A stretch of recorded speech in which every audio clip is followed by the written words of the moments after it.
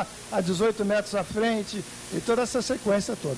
Já que eu peguei aqui o microfone, eu queria aproveitar e dar mais umas 4 ou 5 características dessa obra que tornaram ela muito interessante e que batem com as informações que o Luciano Tandarley, se você me permitir. A primeira é que esse core lock, esse elemento pré-moldado da coraça, da proteção do quebra-mar, ele é muito curioso. Vocês viram ali uma estrutura parruda, um negócio pesado, um monte de concreto, e a taxa de armadura, a quantidade de armadura ali dentro é zero. Não tem armadura nenhuma, aquilo ali é só concreto. É muito interessante. Não é concreto armado, aquilo é concreto puro. E é fabricado de tal forma a que você não, durante as primeiras horas de concretagem, que a resistência à tração é muito pequena, você tem que desmoldar aquilo com muita habilidade, muita competência, porque não tem armadura nenhuma aquilo ali. Se quebrar, quebrou mesmo. Não tem armadura nenhuma. Eu anotei aqui alguns aspectos. Outros aqui, essa obra bateu todos os recordes de velocidade de construção. É isso que ele falou, quer dizer, um vão de 18 metros a cada 3 dias. Isso é uma velocidade brutal para uma obra no ar, e ainda mais levando em conta que a largura da ponte de acesso é a maior largura de ponte de acesso à obra portuária no Brasil já construída. A largura da ponte de acesso é igual à largura da ponte de Niterói, é quase 27 metros. Oi? Tem 27 metros de largura essa ponte, incluindo as calhas. Tem umas calhas brutais para coletar toda a água, porque não pode jogar a água com resíduo no mar, questão ambiental. Então tem umas calhas de 2 metros de largura, mais de 2 metros de altura, um negócio brutal. No total dá 27 metros de largura. É uma coisa impressionante. A cada 3 dias, 18 metros de avanço. E também no PIA, aquele PIA grande lá na frente, é um recorde de construção também, com ondas de 3 metros e meio, também feito com cantilever, é um recorde de construção. Eu acho que não me lembro, mas vãos de 10 metros foram feitos com uma velocidade impressionante. Outra coisa interessante é que foi ao terminar a obra da ponte, recentemente foi feita uma prova de carga, com uma carga maior do que a carga prevista no projeto. A carga prevista é aquela carreta de 135 toneladas, foi colocada lá uma carreta com mais de 140 toneladas, e o resultado da prova de carga na ponte foi excepcional. Os recalques residuais foram tendendo a zero, a ponte não fissurou nada, as estacas não recalcaram. Aquilo foi uma prova de carga, assim, nota 10, uma excelência em termos de obra portuária. Por favor, para terminar, você falou que as estacas eram de concreto, 80 centímetros de diâmetro, mas lá no Vale de Argila, em que elas atingiram 100 metros de comprimento, elas tiveram que ser estacas metálicas. Então foram camisas metálicas e que depois preenchidas com concreto armado por dentro. É isso aí que eu tinha para informar, para acrescentar. Essa obra que dá muito orgulho para a gente. As ondas que foram estudadas e adotadas para dimensionamento, inicialmente foram em modelo reduzido, foi através do NPH aqui, com o pessoal da Dinamarca, com o pessoal da Holanda, e no final, quem deu a garantia, quem mostrou que estava tudo indo bem, inclusive que os auditores internacionais seguiram, foi um professor da Universidade de Santa Catarina que fez um estudo belíssimo e que foi acatado pela auditoria externa.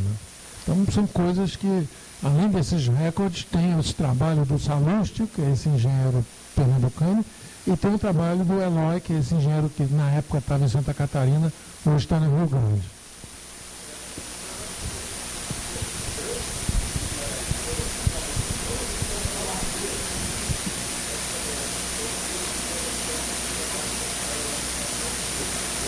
Único, é. Do primeiro livro, só para... Não, peraí, tem pergunta? Não, deixa eu fazer pergunta. Tudo de uma vez só.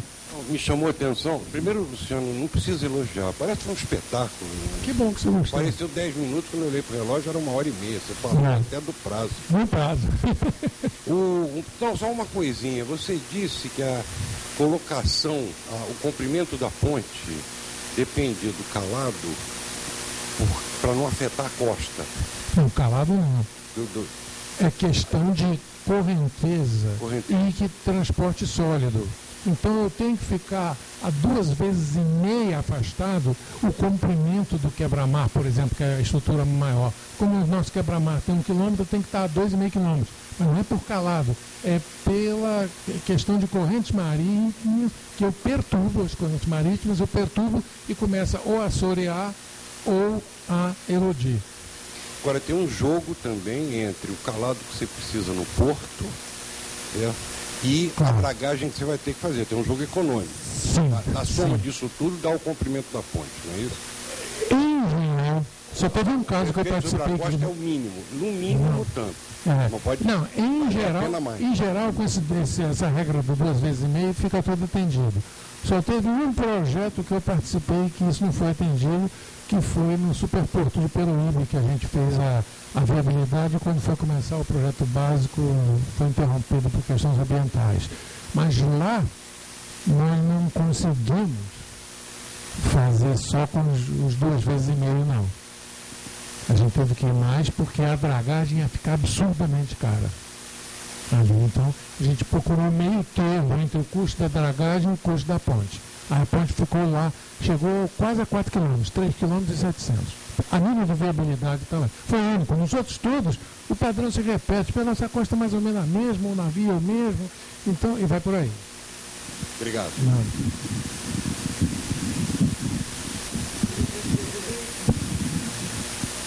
Bom, meu amigo Luciano, meus parabéns.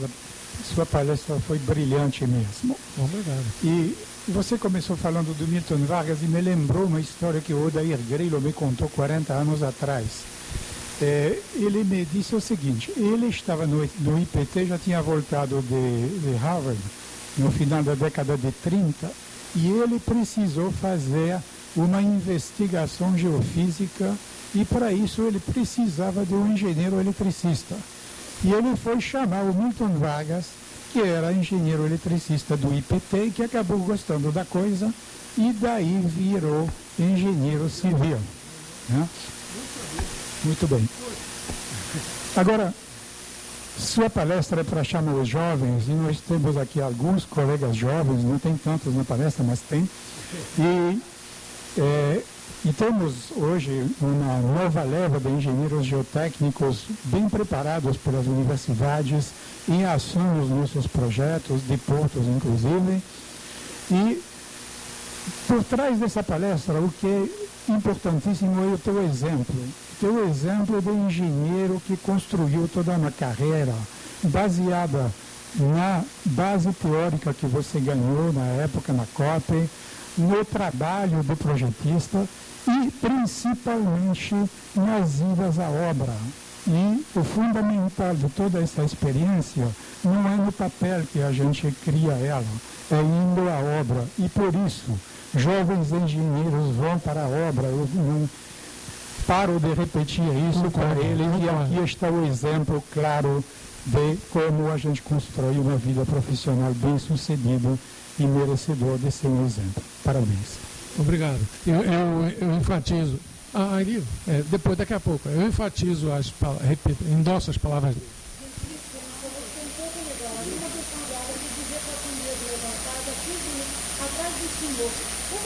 Deixa eu colocar a pergunta dela. Voltamos assim. Pode ser? Obrigada. Primeiro, queria também parabenizar você, Luciano, pela exposição impecável. Na verdade, eu estava com a pergunta, mas aí foi avançando, outras pessoas foram perguntando, e agora há pouco você chegou a me responder parte da minha pergunta, que era com relação à modelagem física, que você comentou, que foi feito um estudo também no NPH, e no que você comentou sobre essa carapaça com essa estrutura, né, do tetrápode, consegui falar, me veio de cara essa pergunta em relação ao modelo reduzido, se ele teria sido feito no INPH, se ele foi feito por conta da detentora da patente, e caso tenha sido feito aqui no INPH, como aconteceu, como se deu essa modelagem? Houve um contato com a detentora da patente para que se pudesse fazer esse modelo reduzido? Até uma curiosidade minha de como é que funcionaria, né, uma modelagem com um elemento que tem uma patente, né? Não é um elemento que a gente pode extrair da natureza e trabalhar com ele e fazer os modelos da forma que a gente achar conveniente. Prazo, a questão prazo. O INPH não tinha prazo para a gente. Então, procurou-se no mundo inteiro e encontrou-se disponível uma calha, um laboratório de hidráulica para modelo reduzido, com brecha disponível para trabalhar na semana seguinte, assim que veio aquela exigência da Petrobras, foi lá no Texas A&M University. Então foi-se lá para Texas e lá fez então esses primeiros modelos. Foi aí, porque começou com a demanda da Petrobras, foi aí que ficou inviável o quebra-mar com a carapaça de rocha. Então partiu-se para procurar um tetrápode. E a partir dos consultores holandeses e dinamarqueses, se chegou-se ao Coreloc, que é uma patente do Serviço de Engenharia do Exército Americano com a Sogrear, uma empresa tradicional francesa, que tem laboratórios espetaculares em Toulouse. E na hora que então resolveu se encaminhar para o uso do Coreloc, a Sogrear imediatamente abriu o laboratório para fazer ensaio em modelo reduzido lá, com o uso do Coreloc, inclusive para mostrar para todas as questões de onda, tempo de recorrência, direção, que tamanho de Coreloc tinha que ter para garantir o mínimo de manutenção. E daí que veio dois tamanhos, o em geral e os das pontas que tem que ser 20% maiores.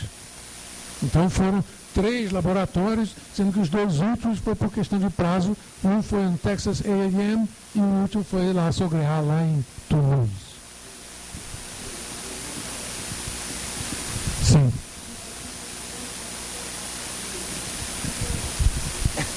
Meu caro Luciano, a sua palestra foi obviamente muito boa. Mas não precisava muito, bastava saber que era você que ia dar a palestra para saber o sucesso. É um pleonasmo, na verdade. Mas eu cheguei atrasado e não sei se você já respondeu ao que eu vou te perguntar.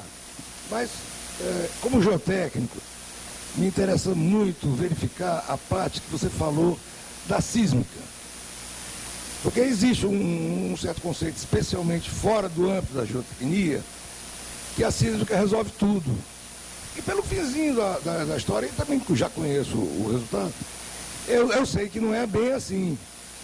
Então, a minha pergunta é um pouco provocativa para a plateia, mas não para você. Eu queria dizer o seguinte, bom, você vai fazer uma sísmica, seja ela de fração, refração, elétrica, seja o que for.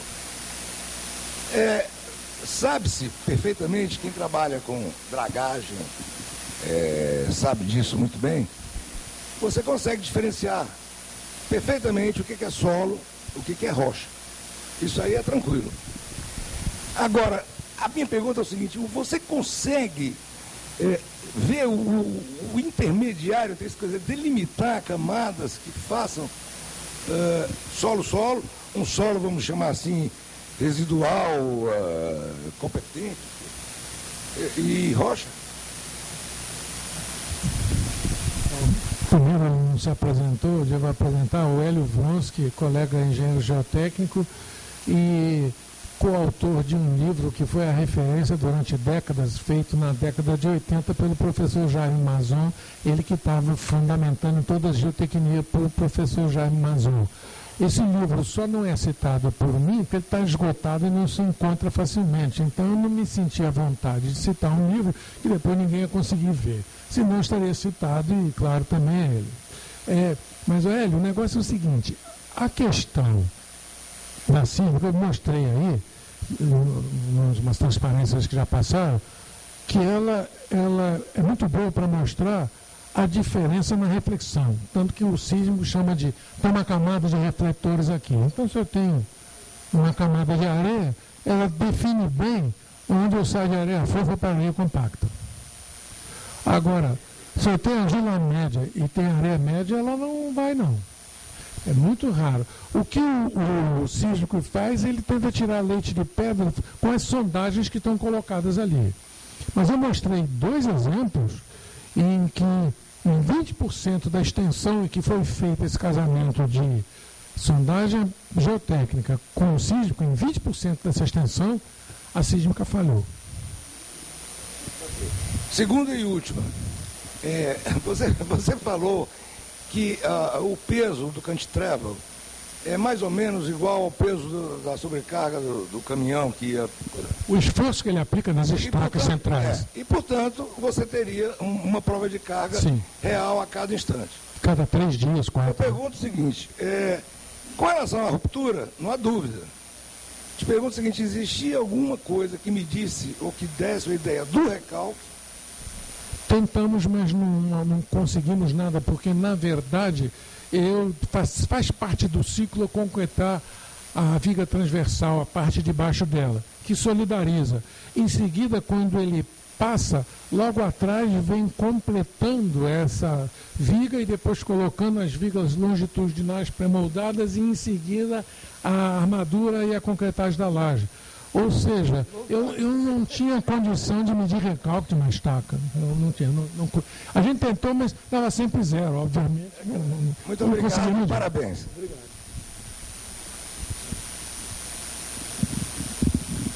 Bem, antes de mais nada, com os demais colegas, é óbvio parabenizar o Luciano pela brilhantíssima palestra, bastante atrativa. É só para complementar a resposta do Luciano, porque eu tive algum envolvimento e algum aprendizado com ele nesse projeto, para o Saião. As rochas que foram usadas, elas tiveram uma caracterização básica, análise, petrografia, absorção, densidades, né? Ela abrasão Los Angeles de bastante densidade e que foi um pouco acima do